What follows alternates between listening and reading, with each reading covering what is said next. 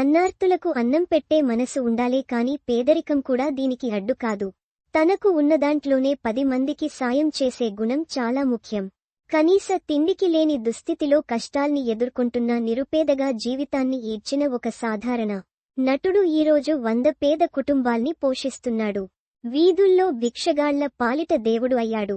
అతడు సినిమాల్లో నటించి పెద్ద స్టార్ అయ్యాడు.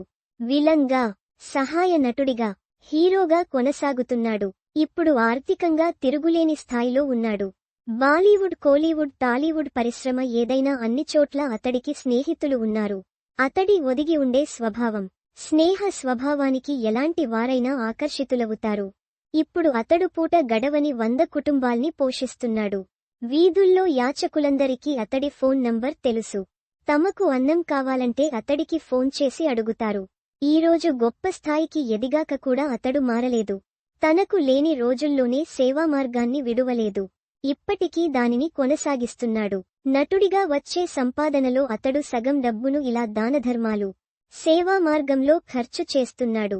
అయితే తాను చేసే సహాయాన్ని బయటికి చెప్పుకునేందుకు ఇష్టపడని ఈ నటుడి సేవా గుణం గురించి బయటి ప్రపంచానికి తెలిసింది తక్కువే. ఇంతకీ ఎవరు ఈ ప్రముఖ నటుడు అంటే జాకీ ష్రాఫ్. బాలీవుడ్ నుంచి టాలీవుడ్ వరకు ప్రముఖ స్టార్లకు అత్యంత సన్నిహిత మిత్రుడు. మెగాస్టార్ చిరంజీవి, నాగార్జున, రజనీకాంత్, వెంకటేష్, సుహాసిని, సుమలత ఇలా 18 క్లాస్ స్టార్లందరికీ ఆప్తుడు. అతడు ముంబై టు హైదరాబాద్ తన స్నేహాలను ఏనాడూ విడిచిపెట్టలేదు. జాకీ ష్రాఫ్ చాలా సంవత్సరాలుగా కనీసమాత్రంగా 100 నిరుపేద కుటుంబాలను పోషిస్తున్నాడు. వీధిలో ఉన్న ప్రతి బిచ్చగాడి దగ్గర అతడి ఫోన్ నంబర్ ఉంటుంది. ముంబైలో పేదలకు రోజూ ఏదో ఒక సహాయం చేస్తూనే ఉన్నాడు. అతడి దయాగుణం అతడిని దేవుడిగా మలిచింది. పేదరికంలో, డబ్బుల్లేని స్థితిలో జీవించిన ఈ స్టార్కి ఆకలి కష్టం ఏంటో తెలుసు. అందుకే సేవా మార్గాన్ని ఏనాడూ విడువలేదు. జాకీ ష్రాఫ్ తనకు ఏమీ లేని కాలం నుండి పేదలకు సహాయం చేస్తూ వారికి ఆహారం పెడుతున్నాడు.